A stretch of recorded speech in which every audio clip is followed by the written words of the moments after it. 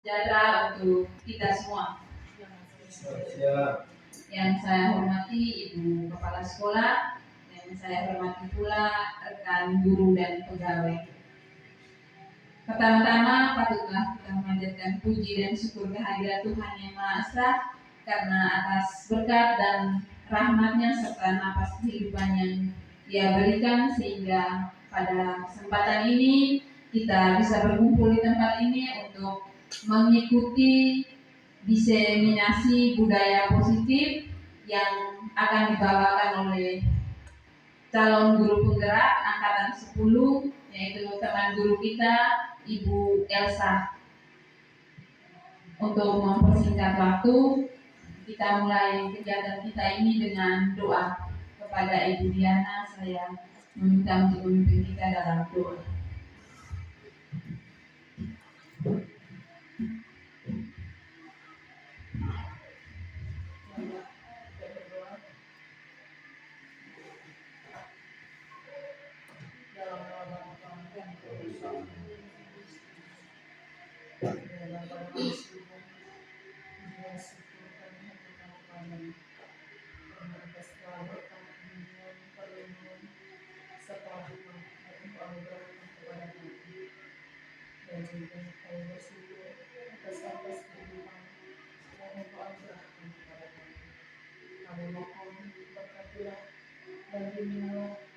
Dalam kegiatan tanpa agar apa yang kami laksanakan dapat berjalan dengan baik. Semua doa dan permohonan ini kami lakukan kepadamu ya Tuhan Kristus Tuhan kami. Dalam nama Bapa dan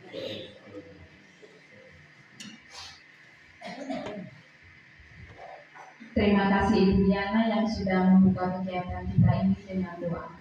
Selanjutnya mari kita dengarkan sapaan dari Ibu Kepala Sekolah. Kepada Ibu dipersilakan.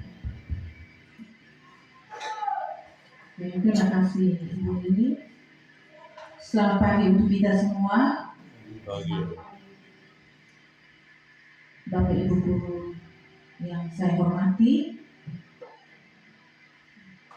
hari ini kita berkumpul lagi di tempat ini untuk melakukan diseminasi budaya positif yang terjadi di sekolah kita. Karena itu, marilah kita sampaikan puji syukur kita kehadirat Tuhan karena atas perkenannya, atas rahmat dan berkatnya, sehingga kita boleh berkumpul lagi di tempat ini untuk melaksanakan kegiatan ini.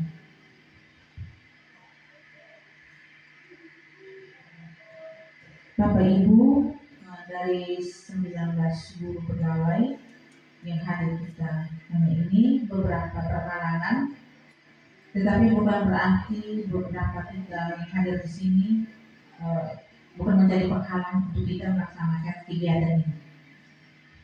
Oke, kita ke diseminasi budaya positif. Hari ini materi diseminasi budaya positif akan disampaikan oleh Ibu Elsa. Beliau adalah calon guru penggerak angkatan 10. Puji syukur dari lembaga kita sudah menghasilkan 3 guru penggerak. Harapan saya 3 guru penggerak ini bisa menjadi contoh yang baik untuk 13 guru lain dalam segala hal, dan antara sikap dan juga perbuatan, perkataan dan perbuatan bisa menjadi contoh yang baik untuk 13 guru. Puji Tuhan, 2 guru lagi sementara mengikuti program. 1 guru parkir, Pak John parkir karena kekurangan pengajar praktik, sehingga Pak John yang semulanya di angkatan 11 harus parkir lagi di angkatan 12. Sedangkan Pak Dinus yang semula di angkatan 10 akhirnya dipanggil lagi di angkatan 11. Mudah-mudahan 6 guru yang sudah tergabung dalam program guru penggerak ini bisa menjadi contoh yang baik untuk 10 guru lainnya. Ini adalah program pemerintah, kita ikut alurnya saja. Kebijakan pemerintah dari tahun ke tahun itu berbeda. Tahun ini kebijakannya seperti ini, tahun depan seperti apa kita tidak tahu. Harapan saya angkatan 12 kita rame-rame itu daftar lagi, termasuk saya juga belum jadi guru penggerak. Jadi angkatan 12 kita rame-rame 10 orang. Saya yakin dan percaya kita pasti bisa, karena ada tutor-tutor yang handal, mentor-mentor yang handal dari lembaga ini yang akan siap kapanpun kita minta bantuan mereka. Yang berikut berbicara tentang budaya positif. Saya awali dulu dengan diseminasi. Diseminasi itu artinya membagi apa yang sudah diketahui, yang sudah pernah didapat, yang sudah pernah dipelajari, diseminasikan kepada orang lain. Sehingga budaya positif yang selama ini sudah dipelajari oleh Ibu Elsa, beliau akan bagikan hal baik ini kepada kita. Dalam kegiatan harian kita di sekolah, ada banyak hal yang sudah termasuk dalam diseminasi budaya positif. Salah satunya, setiap pagi selesai berdoa, selesai apel bersama dan doa bersama, kita salaman bersama dengan para siswa. Itu salah satu budaya positif yang perlu kita pertahankan. Setiap pagi ada upacara apel bendera bersama, doa bersama. Itulah budaya positif yang perlu kita pertahankan. Hal-hal yang praktis saja, membuang sampah pada tempat, itu budaya positif. Tidak terlambat, itu juga budaya positif. Pulang tepat waktu, itu juga budaya positif. Dan itulah ada beberapa hal-hal baik yang nanti mungkin sebentar akan didiseminasikan oleh Ibu Elsa kepada kita semua. Harapan saya kita semua mengikuti kegiatan ini sampai akhir. Di sela-sela kesibukan kita untuk mengurus nilai, mari kita juga fokuskan perhatian kita terhadap materi yang akan disampaikan oleh Ibu Elsa nanti. Saya juga berharap agar Ibu Elsa akan memberikan materi dengan sebaik mungkin di tengah keadaan yang seperti ini. Mohon kerjasamanya, jika ada yang kurang mengerti atau apa, silakan kita tanya dan bisa kita selesaikan bersama di ruangan ini. Itu saja sebagai awal sambutan saya. Karena itu selaku pimpinan saya membuka kegiatan diseminasi ini dengan memohon rahmat Tuhan dan seizin kita semua dengan resmi.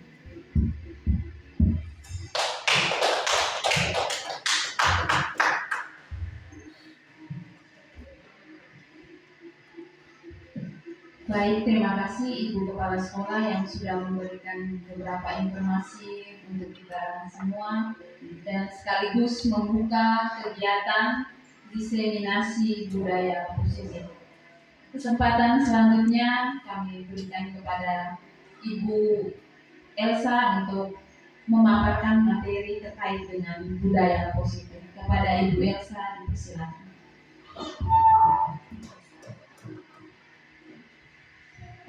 Baik, terima kasih Ibu MC untuk kesempatan yang diberikan. Selamat pagi untuk kita semua. Yang pertama saya ucapkan terima kasih kepada Ibu Kepala Sekolah, kepada Bapak dan Ibu Guru dan pegawai yang sudah meluangkan waktu sehingga bisa mengikuti kegiatan diseminasi budaya positif kita pada pagi hari ini. Bapak Ibu, bagaimana kabar hari ini? Baik. Luar biasa. Puji Tuhan jika semuanya baik-baik. Oke Bapak Ibu, sebelum kita mulai,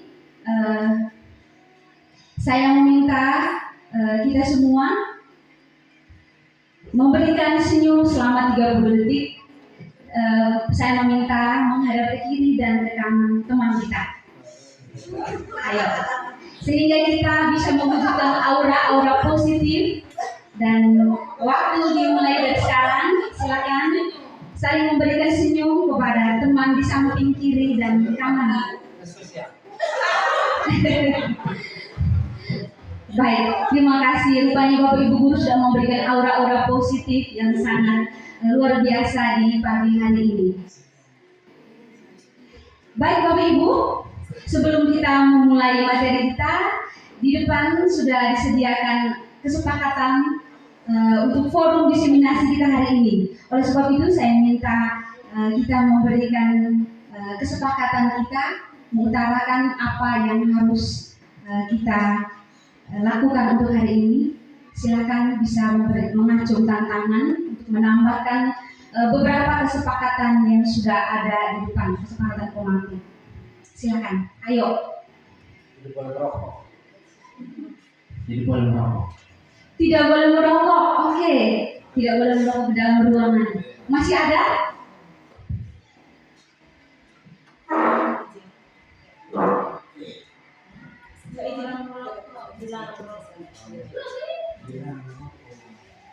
Dilarang merokok. Apakah masih ada?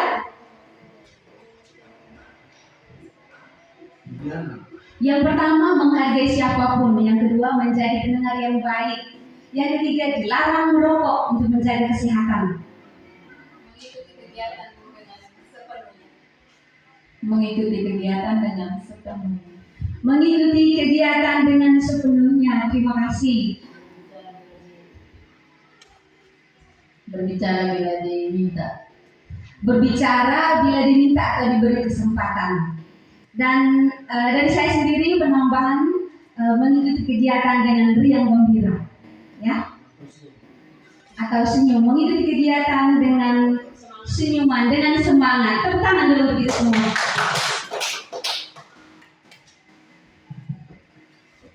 Baik Bapak Ibu, di depan sudah ada kesepakatan forum diseminasi kita hari ini yang atas dasar kesepakatan kita bersama. Yang pertama, menghargai siapapun. Yang kedua, menjadi pendengar yang baik. Yang ketiga, dilarang merokok. Yang keempat, mengikuti kegiatan sepenuhnya. Yang berikut, mengikuti kegiatan dengan senyuman. Dan yang terakhir, berbicara bila diberi kesempatan. Itulah kesepakatan kita selama 1 jam kegiatan. Iya. Next, please.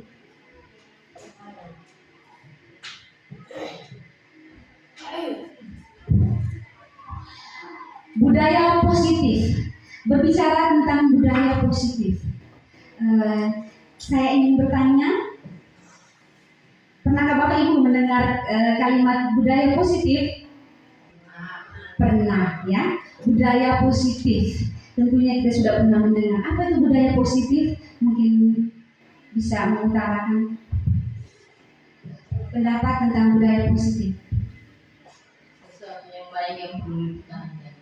Sesuatu yang baik yang perlu dipertahankan. Kita tepuk tangan dulu. Masih ada lagi? Nilai atau tata krama. Nilai atau tata krama, ya. Baik, itu ada 2 pendapat yang sudah disampaikan, sesuatu yang positif dan nilai atau tata krama. Jadi Bapak Ibu, budaya positif itu sebenarnya sudah kita terapkan di lingkungan sekolah kita keseharian, di pagi hari, di siang, ya.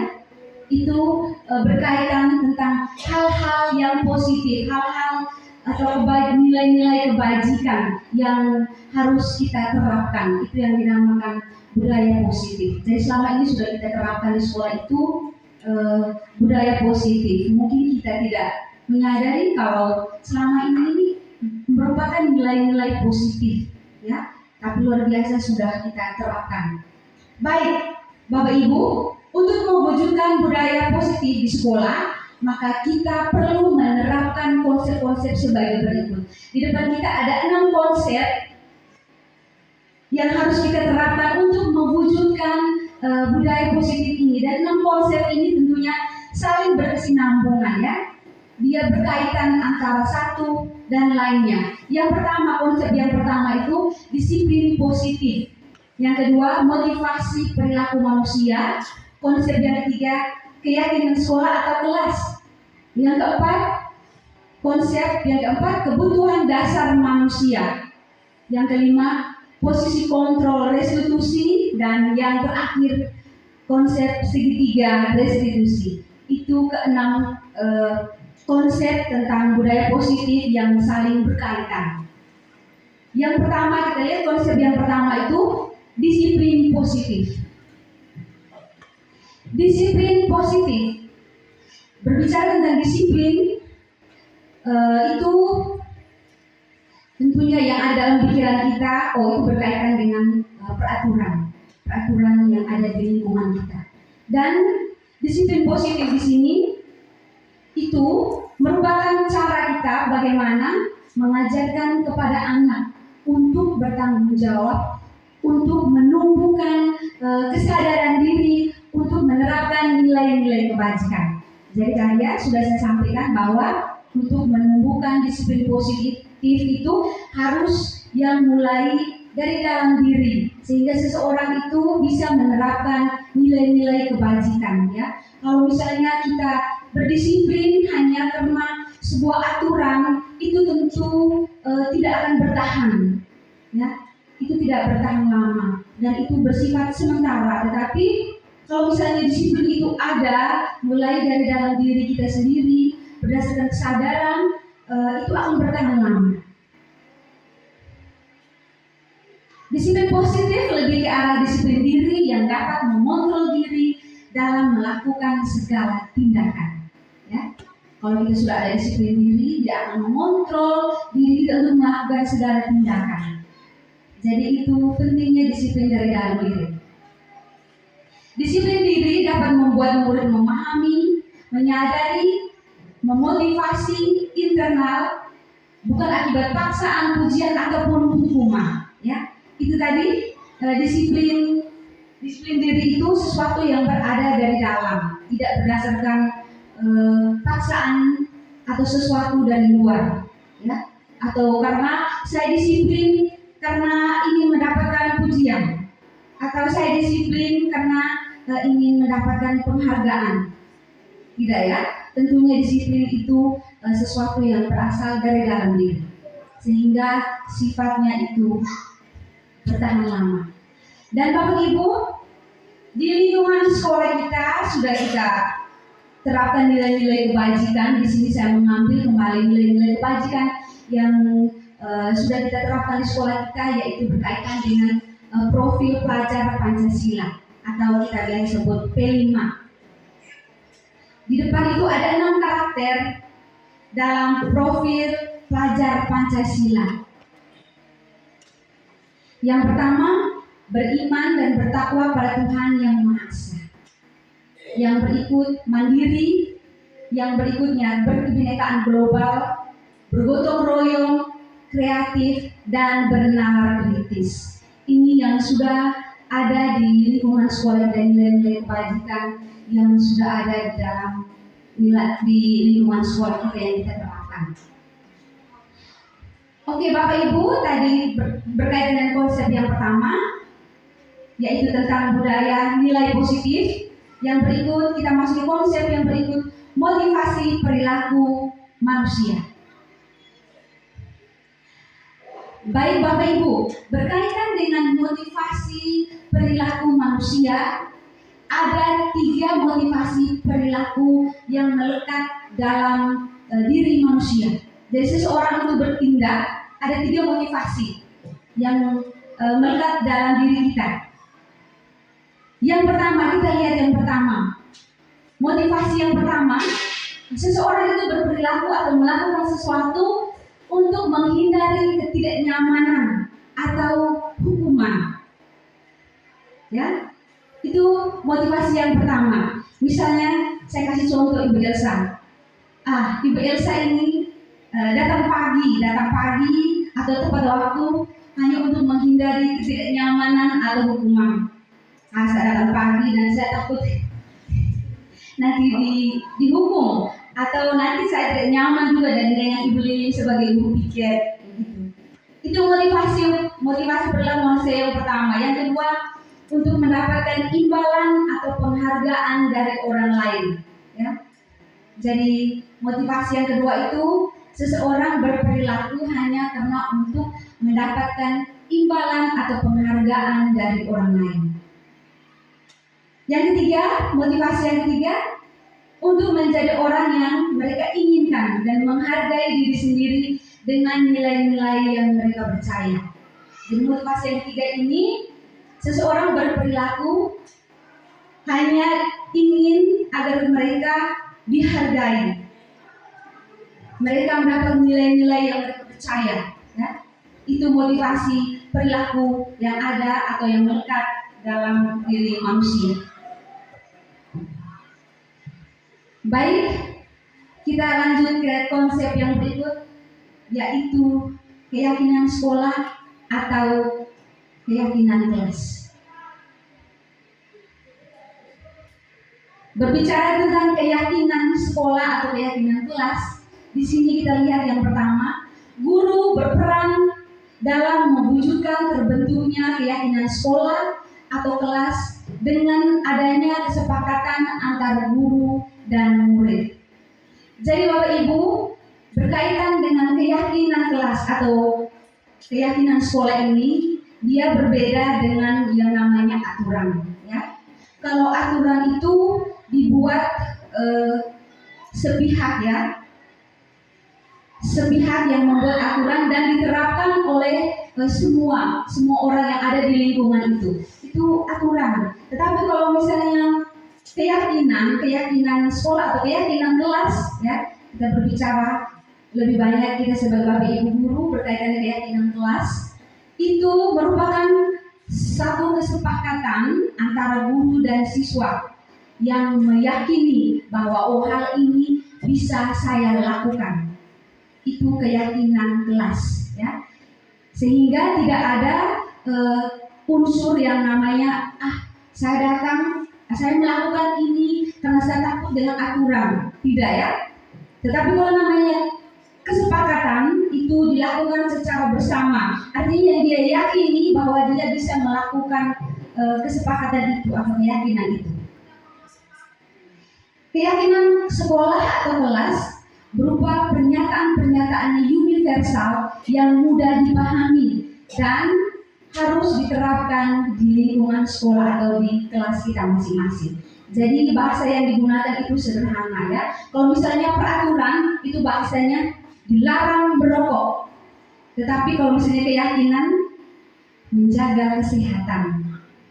Kalau misalnya peraturan dilarang buang sampah sembarangan.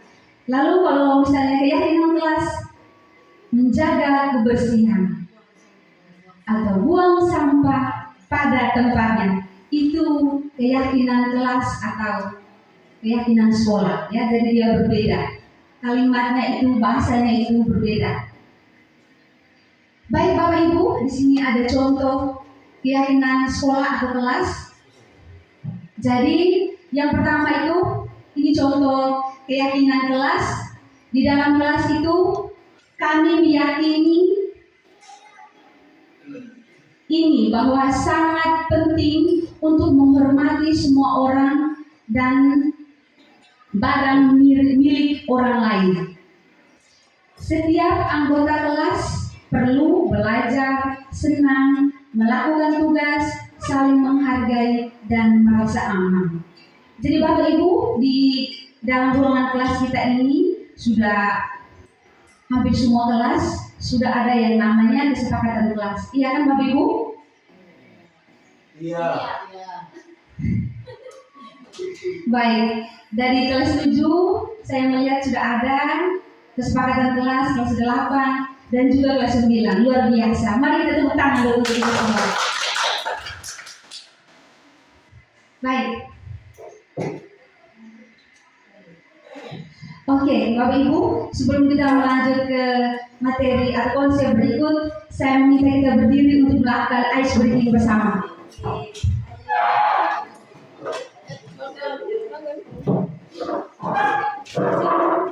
Jadi ice breaking-nya itu lagu Potong Bebek Angsa.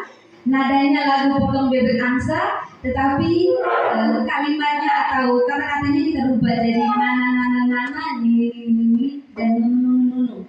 Saya bagi di sini nana bertiga nana ya, nana.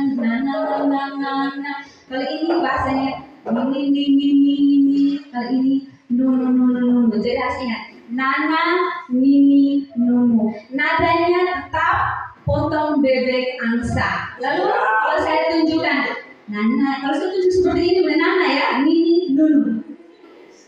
Nana, 1, 2, 3.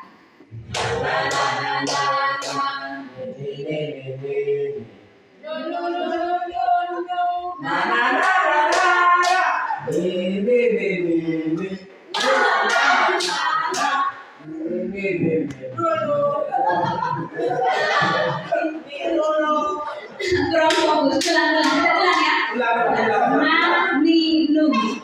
Nanu, ingat ya. Nanti kalau saya tunjuk di sini berarti nana, berarti sini nini, nunu ya. Nana, siap, semangat. Oke, luar biasa Bapak Ibu guru. Nana, 1, 2, 3.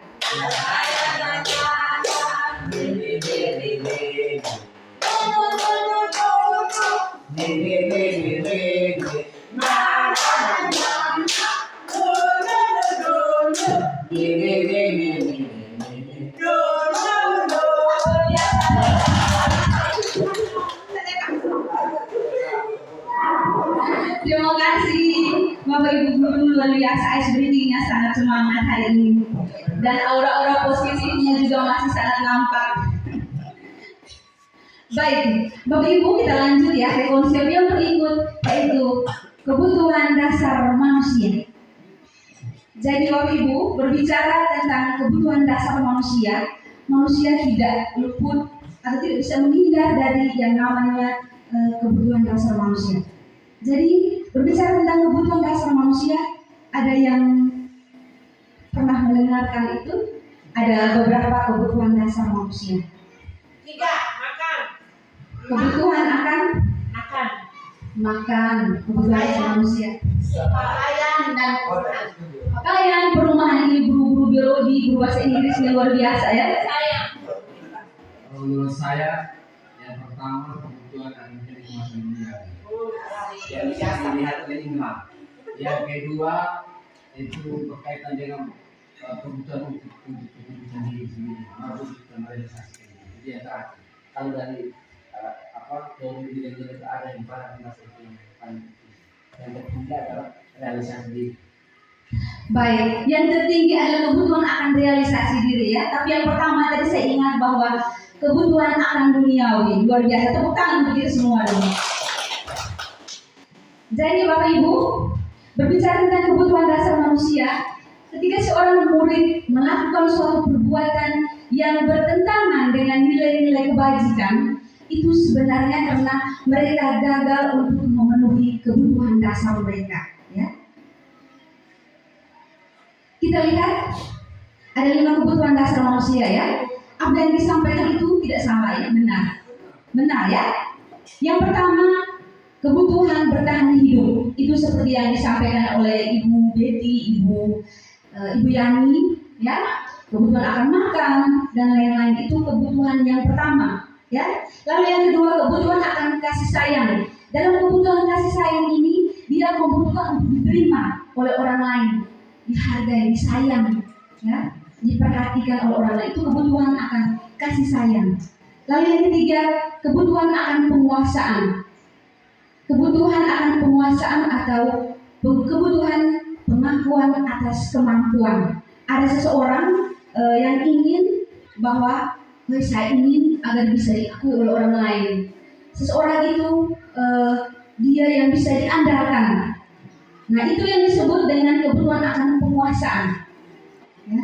Yang berikut, kebutuhan akan kebebasan. Ya, kita sebagai manusia tentunya kita membutuhkan suatu kebebasan ya.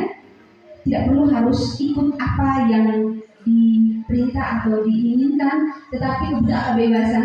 Contohnya itu kebutuhan akan pilihan, ya. Si A itu tuh, iya betul Pak, berkaitan dengan jodoh. Apa yang disampaikan oleh Bapak Dinus, pilihan itu berkaitan dengan jodoh, ya. Meskipun sudah menjalani hubungan sudah 10 tahun, tapi kalau bukan pilihan, bukan jodoh namanya, ya. Itu pengalaman dari salah satu bapak guru kita, luar biasa. Itulah yang disebut dengan kebutuhan akan kebebasan atau pilihan. Lalu kebutuhan yang berikut, kesenangan, yaitu kebutuhan untuk merasa senang, ya. Tidak mungkin seorang manusia itu setiap hari mau sedih terus, tidak kan? Saya ingin keluar dulu dari racing biar saya ada rasa senang sedikit. Itu kebutuhan dasar yang ada pada diri manusia yang tidak bisa kita elakkan. Baik Bapak Ibu, di sini ada contoh kasus. Kita lihat Ibu Flora, guru balik kelas 8A, sedang bingung menghadapi ulas salah satu murid di kelasnya yang bernama Irjen.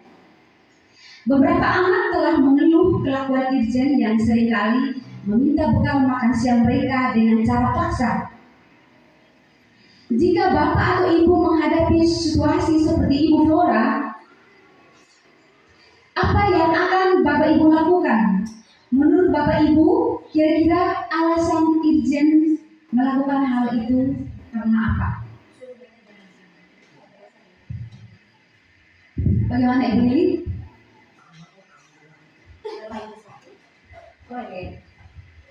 Menurut saya, alasan Irjen melakukan hal itu karena ada kebutuhan dasarnya yang tidak terpenuhi. Salah satu contohnya dia meminta bekal makan siang. Mungkin dari rumahnya kebutuhan itu tidak terpenuhi, maka sampai di sekolah dia berbuat ulas seperti itu. Oke, saya kembali.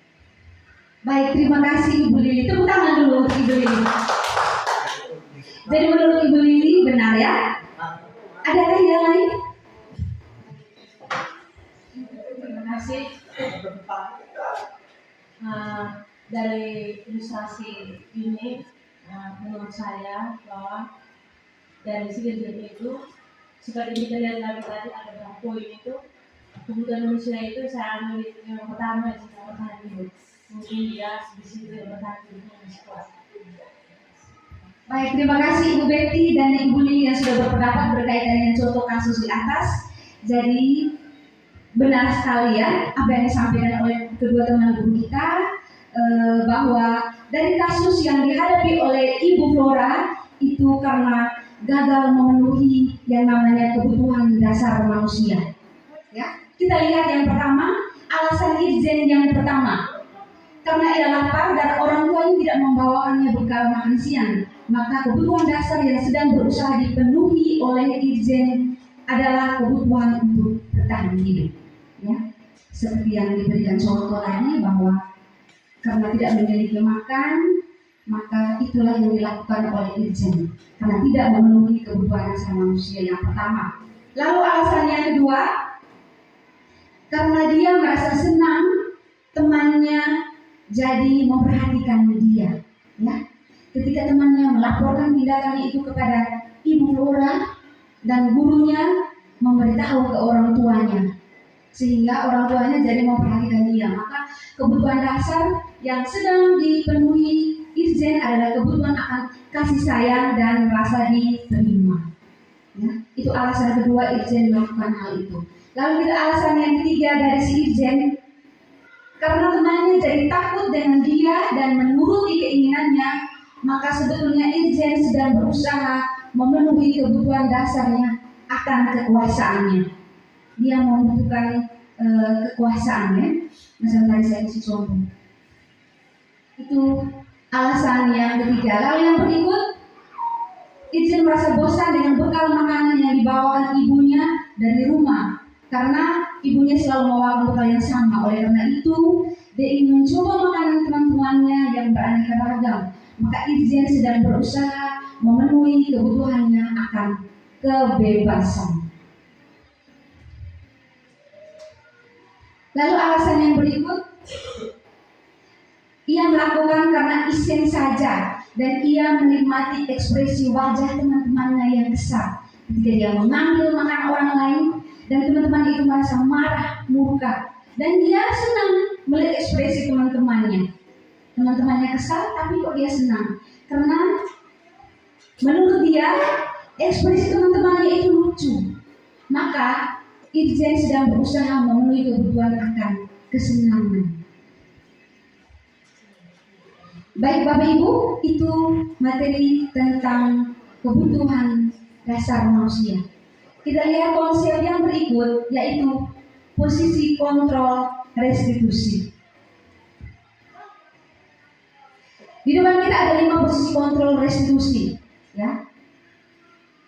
Kita lihat yang pertama, posisi kontrol yang pertama, guru sebagai penghukum. Lalu yang berikut, guru sebagai pembuat merasa bersalah. Posisi kontrol yang ketiga, guru sebagai teman. Posisi kontrol yang keempat, guru sebagai pemantau, dan yang kelima, guru sebagai manajer. Jadi Bapak Ibu, dari beberapa 5 posisi kontrol itu nanti kita merefleksi, saya termasuk guru yang mana, ya? Apakah saya sebagai penghukum, saya sebagai teman, atau sebagai manajer? Itulah 5 posisi kontrol kita. Kita lihat di depan ada 5 posisi kontrol dan ada kalimat-kalimat yang dilontarkan oleh guru. Bagaimana gaya kalimat yang dilontarkan oleh guru sebagai penghukum, guru sebagai teman, pemantau, maupun manajer. Kita lihat gaya guru sebagai penghukum. Kalau kamu tidak melakukan, awas ya, itu sebagai penghukum, yang pastinya nanti anaknya kena hukuman. Dan gaya seorang guru sebagai pembuat rasa bersalah. Kamu seharusnya sudah tahu, ibu sudah lelah sekali. Ibu mengatakan itu karena ibu stres. Nah, di situ anak betul-betul merasa bersalah. Kamu ini buat saya benar-benar stres hari ini. Itu bahasa kita, saya capek dengan kamu. Anak merasa bersalah, aduh, berarti saya ini hari ini sudah buat ibu stres. Nah, kedepannya hasilnya itu anak akan menyembunyikan, anak akan menyangkal, anak akan berbohong. Terpaksa supaya dia membuat gurunya tidak stres, ya dia terpaksa menyangkal. Berarti tidak ibu, karena gini.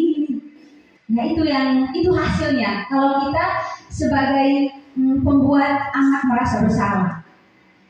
Lalu sebagai pemantau, sebagai teman, ayolah lakukan ini demi ibu, atau kamu harus bisa buat begini juara supaya ibu juga senang, ibu sebagai wali kelas kan.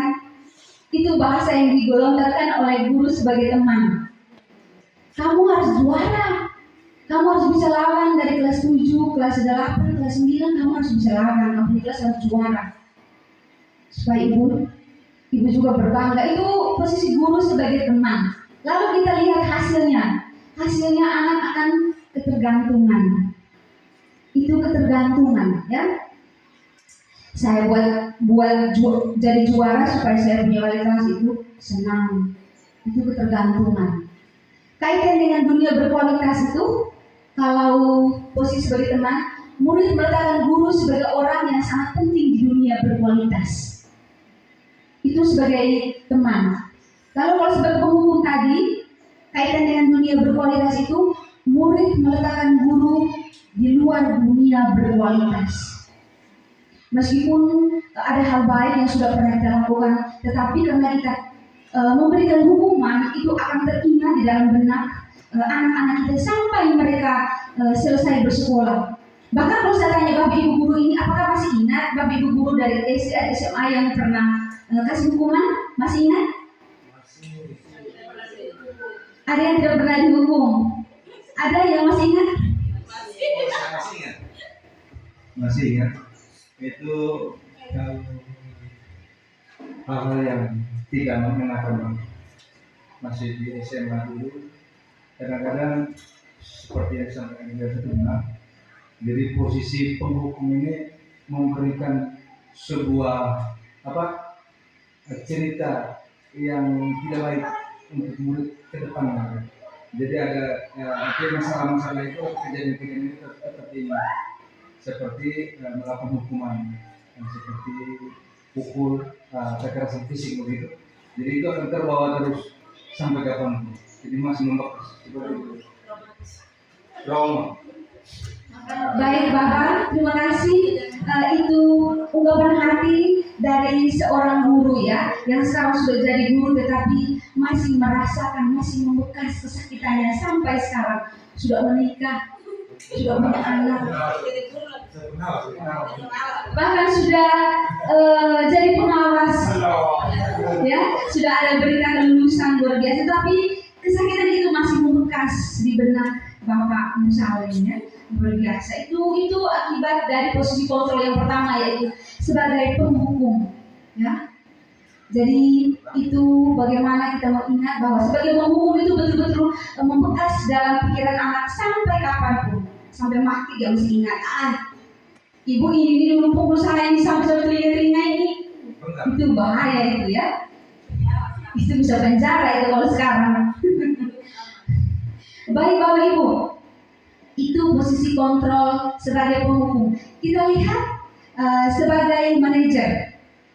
Kalau sebagai manajer, guru berkata, apa yang kita yakini, apa yang bisa engkau kerjakan untuk memperbaiki masalah ini, ya, itu kembali ke 5 posisi kontrol. Kalau sebagai manajer, guru memberikan kesempatan kepada mereka sendiri atau kepada siswa sendiri untuk menyediakan solusi, ya, itu sebagai manajer.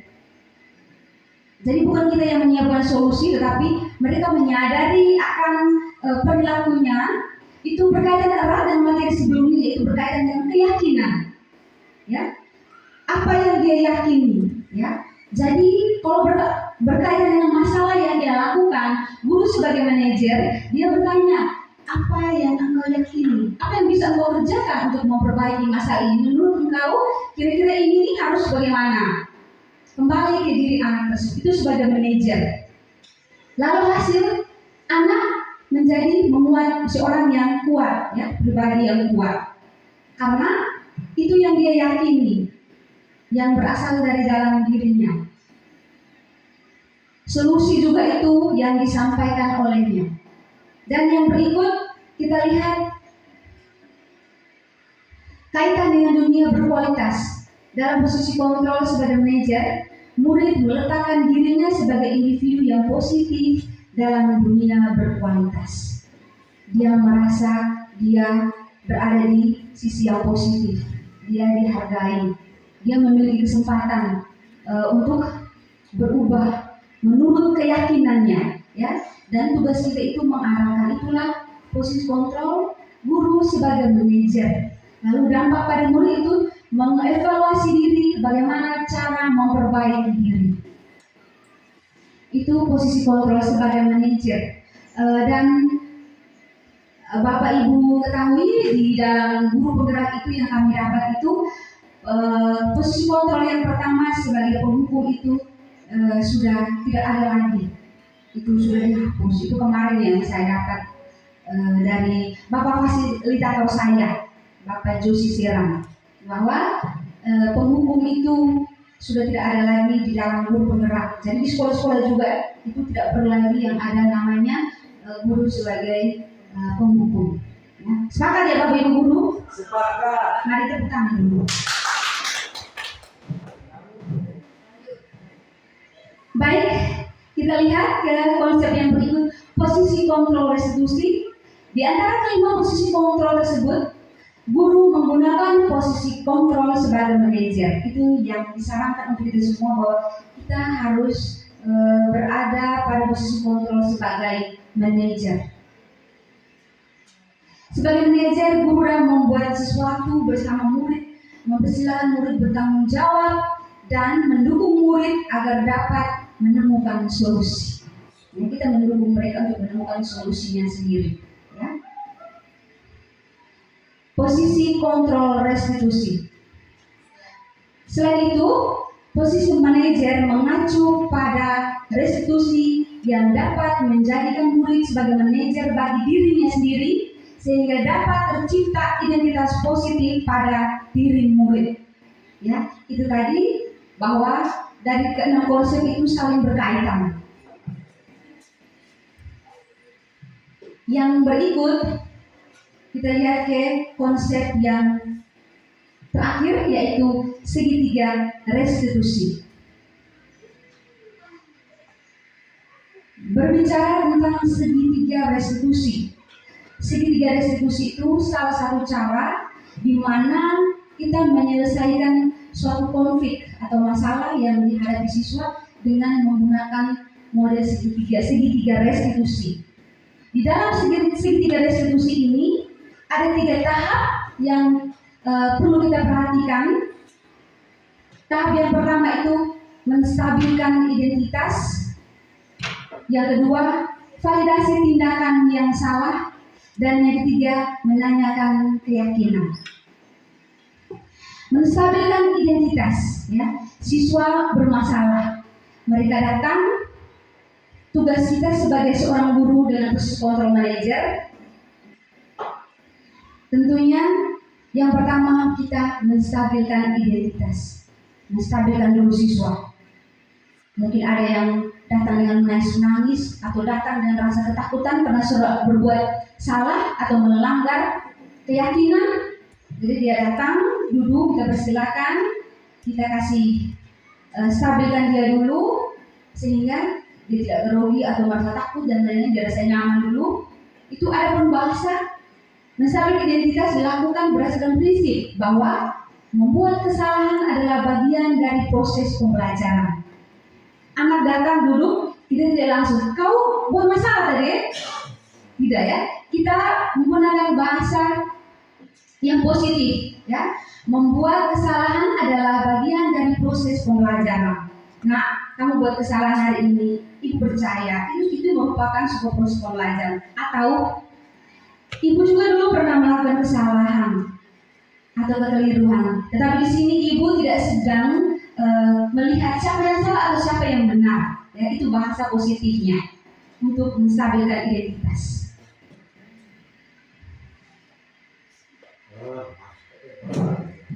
Yang berikut, dalam menstabilkan identitas ada terpampang beberapa kalimat di atas. Yang pertama, berbuat salah itu hal yang manusiawi. Sepakat ya?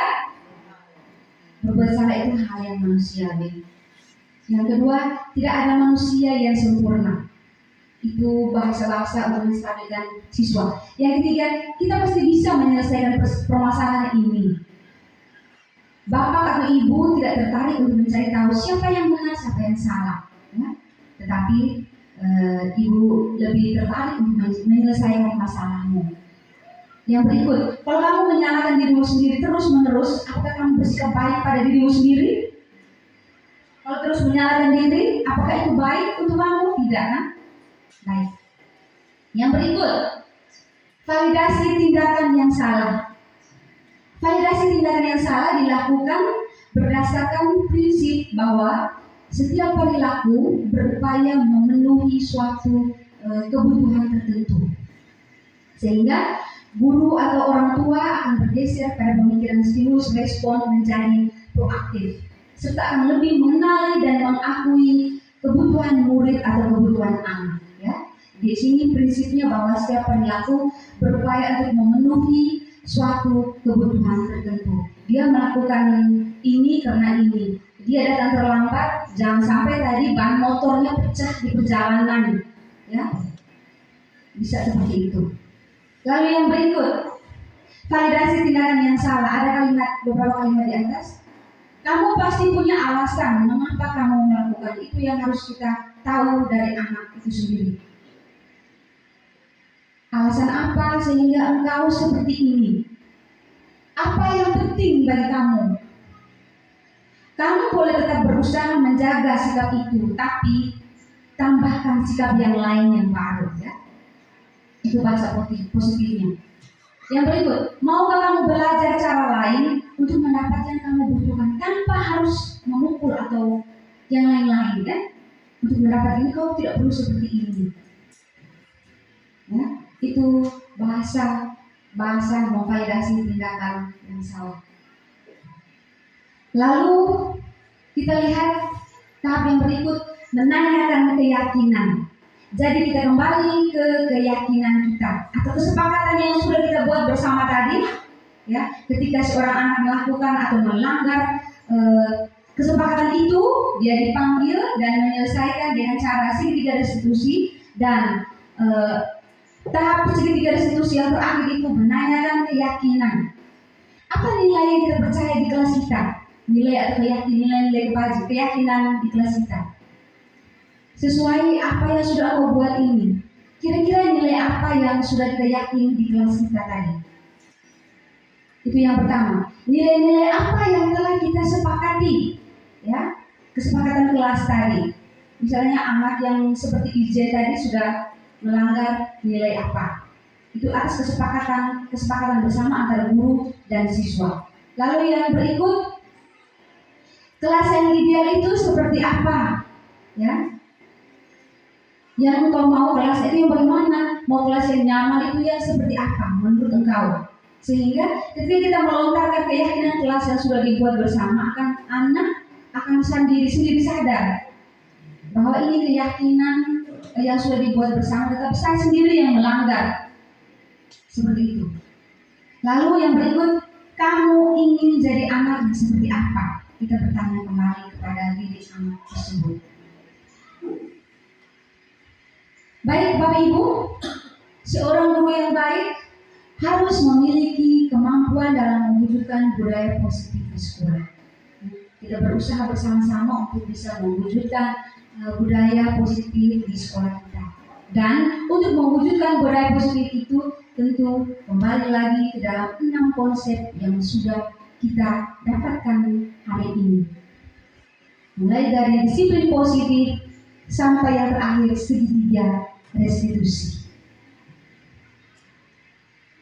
Baik Bapak Ibu, penyampaian materi diseminasi budaya positif hari ini sudah berakhir, dan sebelum kita mengakhiri ini saya meminta salah satu atau dua dari Bapak Ibu untuk memberikan refleksi, menyampaikan refleksi tentang kegiatan kita hari ini, atau mungkin berkaitan perasaan Bapak Ibu berkaitan dengan kegiatan hari ini. Kesempatan saya berikan.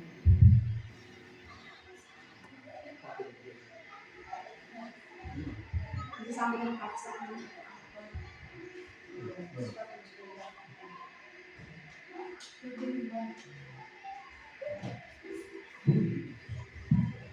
Baik, terima kasih atas kesempatan yang diberikan. Jadi yang pertama-tama memang luar biasa materi kali ini, karena kita diberi gambaran secara menyeluruh tentang bagaimana itu budaya positif, yang saya pikir bahwa hal-hal yang kemarin itu mungkin saya ada yang saya keliru berkaitan dengan posisi kontrol. Di selama ini pemahaman saya bahwa sebagai seorang guru itu adalah menjadi seorang teman atau sebagai pembuku. Tetapi dengan penjelasan ini luar biasa. Bagi saya, mungkin juga untuk teman-teman sekalian, supaya kita merubah mindset kita. Sehingga bahan-bahan yang sudah disampaikan oleh ibu pemateri tadi menjadi bahan refleksi yang luar biasa bagi kita sebagai guru dalam mendidik dan pendidikan bangsa. Apresiasi sekali Ibu. Kami senang materi ini. Mudah-mudahan ke depan apa yang bisa kami buat, bisa terapkan dalam proses pembelajaran dengan memposisikan diri kami sebagai seorang manajer. Ya. Kita beri aplaus.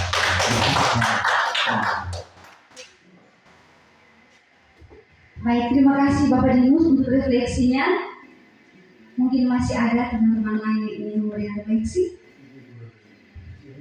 Suara ibu-ibu.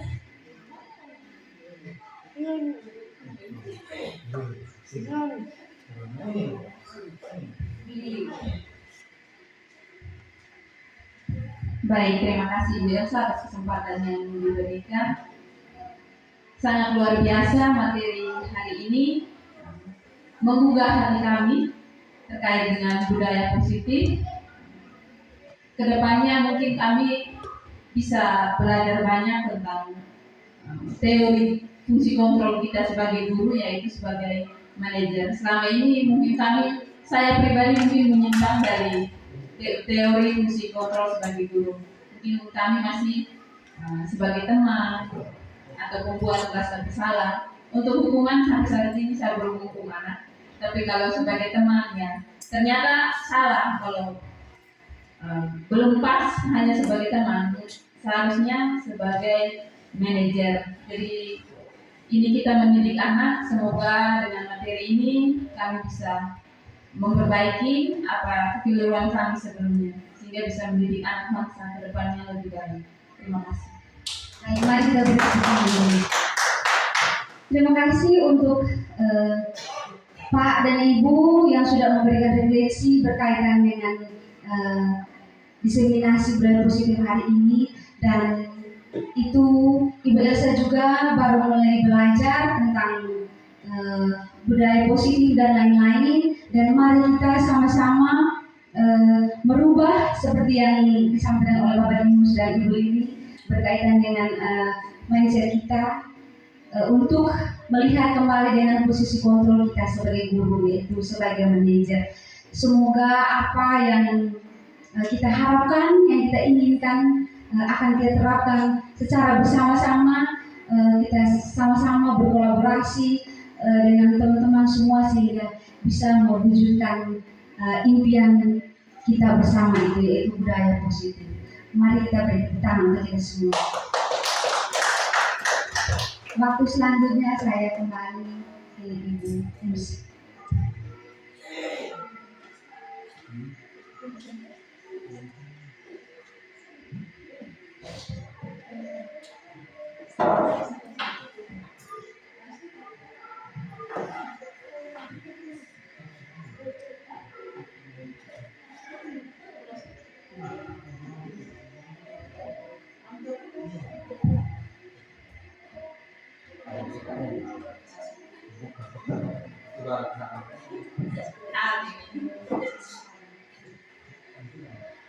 Oke, baik, terima kasih Ibu Elsa yang sudah memaparkan materi terkait dengan budaya positif. Semoga apa yang kami dapat hari ini bisa kami implementasikan dalam kegiatan pembelajaran sehari-hari di sekolah. Untuk selanjutnya, peneguhan dari Ibu Kepala Sekolah. Kepada Ibu dipersilakan. Oke, terima kasih. Mari kita berikan aplaus untuk semangat ya. Dalam keadaan seperti ini, tapi beliau sangat semangat untuk memaparkan materi yang sudah disiapkan dengan sangat baik. Sepintas berkaitan dengan budaya positif sekolah tadi, ternyata yang kita lakukan selama ini tidak semuanya yang masuk di dalamnya ya. Salah satunya tadi beda antara peraturan dan kesepakatan atau keyakinan sekolah. Kalau kemarin itu peraturan dan tata tertib sekolah, sekarang kita harus ganti dengan keyakinan sekolah. Ya. Keyakinan itu berasal dari kesepakatan. Ya, ini menjadi PR berat yang harus dibuat oleh kesiswaan untuk tahun ajaran baru. Ya. Artinya sama-sama apa yang dimaui oleh siswa, apa yang dimaui oleh guru, kita sama-sama memutuskan waktu itu. Ada beda sedikit. Dilarang merokok, itu maknanya negatif. Dilarangnya ini yang makna negatif. Tapi kalau kesepakatan kelas, merokok pada tempatnya. Berarti lembaga pendidikan bukan tempat untuk merokok. Merokok pada tempatnya. Jadi di sini bukan tempat kita untuk merokok. Nah, terus dilarang membuang sampah sembarangan. Ya, keyakinan kelasnya membuang sampah pada tempatnya. Jadi kita hanya hilangkan dari sebenarnya itu sudah ada. Kita hanya menghilangkan kata-kata yang berbeda negatif, makna negatif ke makna positif. Itu saja perbedaan antara peraturan dan keyakinan. Keyakinan itu sesuatu yang diyakini, yang berasal dari dalam diri. Mereka meyakini bahwa hal ini bisa saya lakukan. Konsekuensinya, kalau saya melanggar hal yang sudah saya yakini, berarti ada sesuatu. Ya, konsekuensinya mereka juga sudah tahu.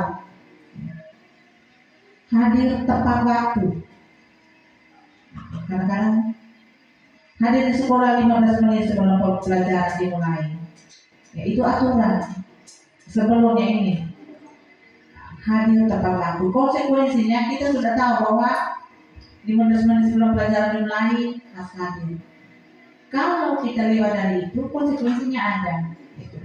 Ya, itu sesuatu hal yang berkaitan dengan positif, itu sesuatu hal yang diyakini akan bisa dilakukan. Terus yang kelima itu 5 posisi kontrol sebagai guru tadi. Penghukum, teman, dan lain-lain. Itulah yang sementara ini kita lakukan, yang sedang kita lakukan. Tidak mengabaikan yang manajer ya. Kita juga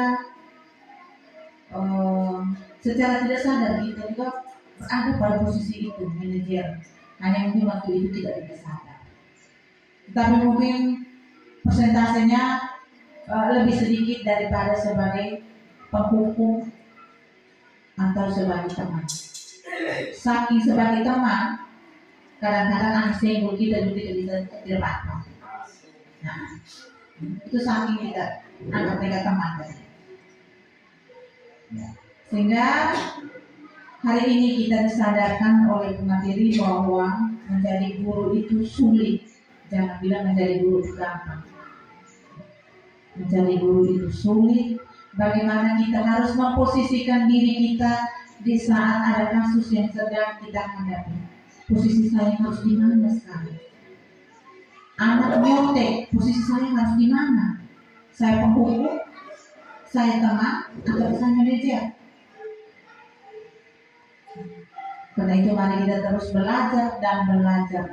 Pengendalian diri itulah yang perlu kita tingkatkan dalam pribadi kita masing-masing. Sekali lagi terima kasih Ibu Esa, apresiasi saya untuk materi hari ini. Semoga materi hari ini bermanfaat untuk kita semua. Kedepannya Pak Dimus dan Pak Jong, kita kuat ya. Saya pengajar praktik tambah Pak usaha pengajar lagi, ya kita kuat. Jadi saling mengingatkan di antara kita. Saling mengingatkan di antara kita itu penting. Bukan berat, bukan lihat senior dan junior yang kita adalah teman. Saling mengingatkan itu penting. Di saat satu ada pincang, ingatkan dia. Yang ini pincang, mari kita lurus kembali. Oke, itu saja beberapa hal yang bisa saya sampaikan hari ini. Sekali lagi terima kasih Bu Elsa, terima kasih untuk dukungan dan kerjasama kita hari ini. Ayo Ibu Elsa tetap semangat sampai saya tunggu sertifikat guru penggeraknya keluar. Oke, terima kasih, selamat siang untuk kita semua.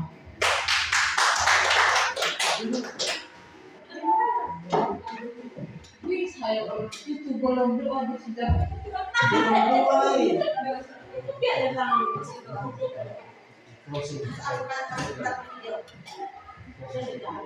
Oke, baik, terima kasih Ibu Kepala Sekolah yang sudah menyampaikan beberapa hal untuk kita semua.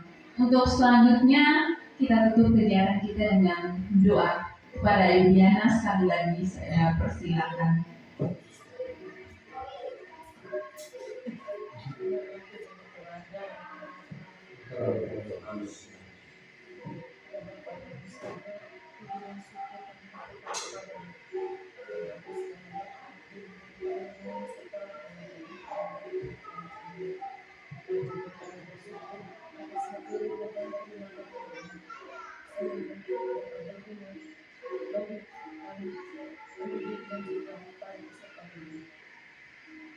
Semua doa dan permohonan ini ampun Yesus Tuhan